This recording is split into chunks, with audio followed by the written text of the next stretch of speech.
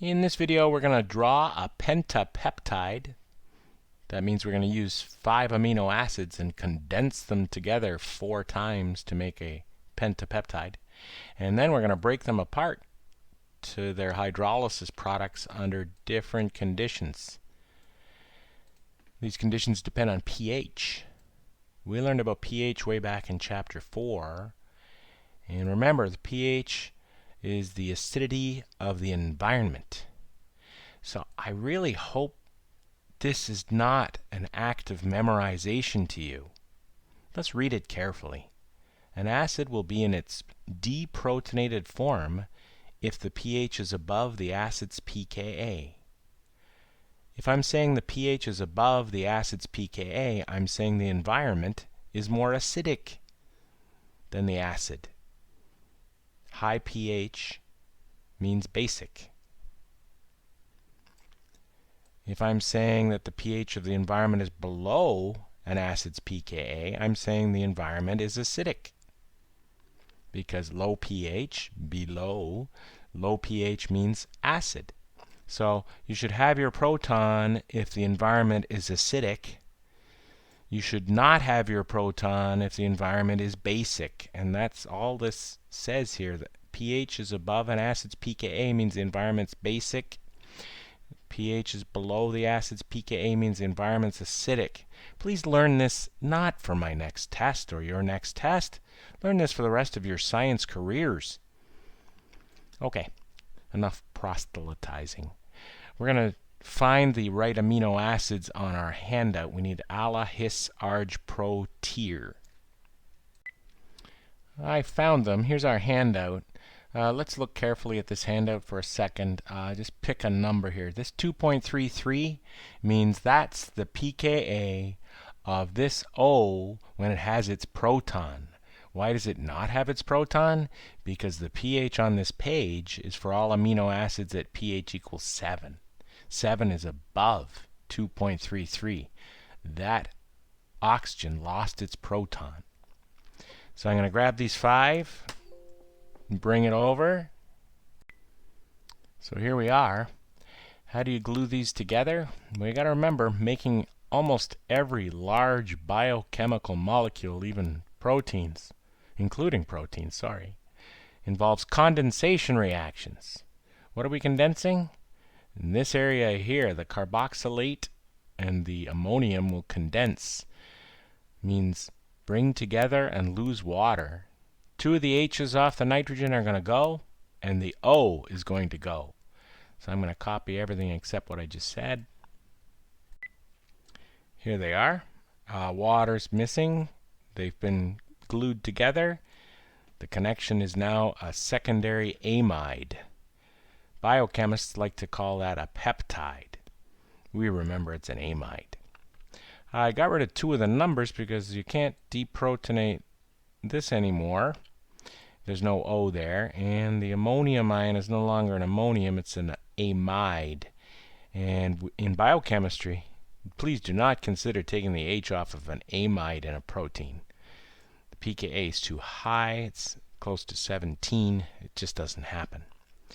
So I'm going to continue doing the process up to proline, bringing them together and making this same functional group every time. Not quite done. I just want you to see that making this 3rd amide here, it's not a secondary amide because proline only had 2 H's to lose because it had 2 bonds to carbon already. It's a tertiary amide. Proline is the only one that makes tertiary amides. And we're going to make another amide by losing 2 of these H's and this O and be finished with our pentapeptide. So we made 4 amide bonds from when we combined 5 amino acids, and there's 4 water. So you always get 1 less water than you have amino acids. And let's verify that when we're at physiological pH, and I hope I don't have to remind you that number is 7.4. That, just like these 2 statements, should be in your mind for every science course. So, is 7.4 above or below 9.87? It is below. This thing will stay protonated. Is this 7.4 above or below this nitrogen? When the nitrogen has an H and a plus charge, its pKa is 6.1. 7.4 is above it. That's why it's deprotonated. 7.4 is below this ammonium's pKa, so it is protonated. And 7.4 is below this. It is protonated. And 7.4 is above this one. That's why it's deprotonated. This is our final answer. And then we're going to do hydrolysis. All those red bonds are going to break, and we're going to buffer it up to a high pH here, which means the pH will be above every pKa up here except for one, the 12.48 bottom middle there. That's the only one that's going to keep its H. So why don't we just quickly get to these answers before this takes too much time. There's going to be 5 products in each one, and they're going to be related to our original molecules. So there we have that one, and maybe if we're clever or lucky, or both, we can see them over here too, and we'll just play with the pHs. I'll get this reorganized.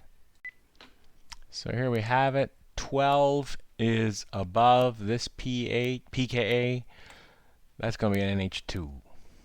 12 is above 2.35. It stays deprotonated. 12 is above 9.18. It has to lose its proton. 12 is above that. It stays deprotonated. 12 is above 6.1. It stays protonated. 12 is above 9. It loses its proton to become deprotonated. This thing's already deprotonated. This one stays the same because 12 is below 12.48, so it stays protonated. And this one's got to lose a proton.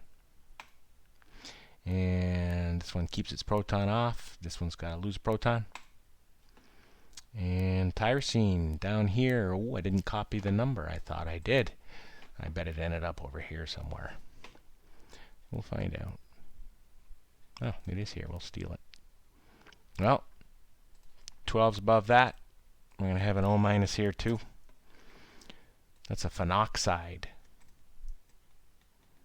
No surprises there. So I think we've got all the hydrolysis products buffered up to a high pH. What happens when we're buffered down to below every single one of the pKa's? I found my 10.07. There it is.